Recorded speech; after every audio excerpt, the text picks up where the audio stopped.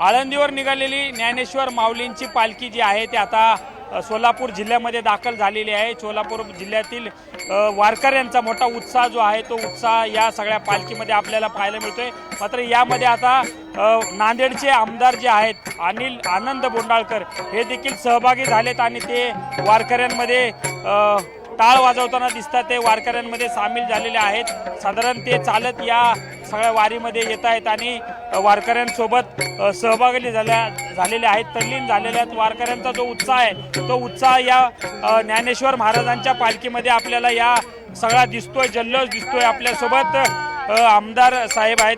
तुम्ही साधारण कुठं आला होता आणि नेमकं काय आता पालखीमध्ये कसं वातावरण आहे? अतिशय आनंदाचं वातावरण पालखीमध्ये आहे।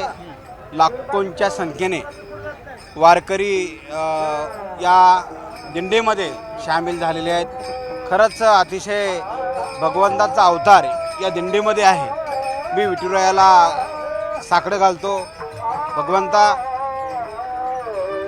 जे काही आता एल निनोचं संकट देशावरती आणि राज्यावरती आहे, माझ्या शेतकरी राजाला सुखी ठेवण्यासाठी या ठिकाणी पाऊस पडला पाहिजे असं साकडं मी विठुरायाला घालतो।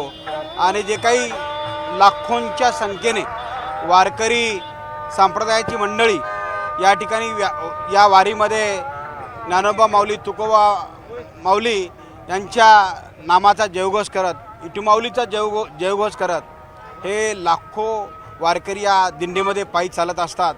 खरंच आपल्या महाराष्ट्राला एक परंपरा आहे, वारकरी संप्रदायाची परंपरा आहे आणि ती परंपरा हे वारकरी बांधव या ठिकाणी पुढे नेत आहेत। लाखोंच्या संख्येने न थकता वारकरी या ठिकाणी चालत असतात। खरंच अतिशय आनंदाचा माझ्यासाठी क्षण आहे। वारकऱ्यांकडशी काय बोलणं झालं का तुमचं? काय संवाद झाला? वारकऱ्यांकडून काय सांगणं? वारकऱ्यांशी माझं बोलणं झालेलं आहे आणि वारकरी अत्यंत आनंदामध्ये या दिंडीमध्ये सामील होत असतात आणि सर्वत्र आनंदाचं वातावरण या दिंडीमध्ये आहे। मलाही खूप आनंद या ठिकाणी झालेला आहे। मी या दिंडीमध्ये आलो आणि लाखो वारकऱ्यांचं दर्शन मी या ठिकाणी घेतलेलं आहे। अतिशय आनंद या ठिकाणी मला झालेला आहे। वारकऱ्यांच्या बरोबर सरकारने देखील वेगवेगळ्या पद्धतीने वारकऱ्यांना सुविधा दिल्यात, तर नेमकं या सगळ्या वारकऱ्यांचं काही तुमच्याशी बोलणं झालं आहे का त्या सुविधांच्या बाबतीमध्ये? वारकऱ्यांचा कसा प्रतिसाद मिळतोय आणि आज ते सोलापूर जिल्ह्यात दाखल झालेत?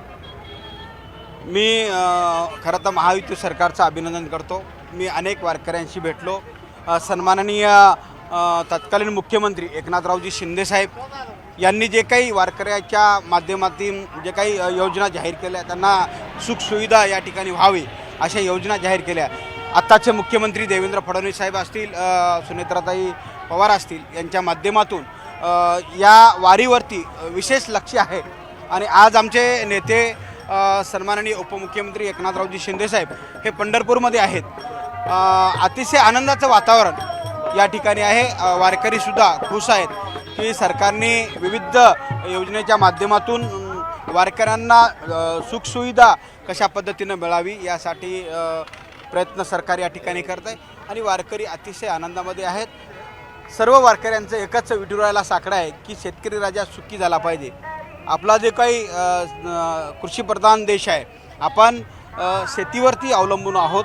पाऊस चांगला झाला तर शेतकरी सुखी होतील आणि शेतकरी सुखी झाला तर या ठिकाणी आपण सर्वजण सुखी होऊ अशा पद्धतीचं वारकऱ्यांचं या ठिकाणी विठुरायाला या दिंडीच्या माध्यमातून या ठिकाणी साकडं आहे। आपण जर या पाहिलं तर आमदार जे आहेत ते या सहभागी झालेले आहेत पालखीमध्ये या, आणि ते वारकऱ्यांच्या सोबत त्यांनी बोलणं देखील केलेलं आहे आणि अतिशय आनंदामध्ये वारकरी जे आहेत ते सोलापूर जिल्ह्यामध्ये दाखल झालेले आहेत आणि त्यांचा उत्साह जो आहे तो कायमच आहे। कॅमेरा पर्सन प्रशांत मोहितेसह सुमित सोनोने, न्यूज 18 मराठी, सोलापूर।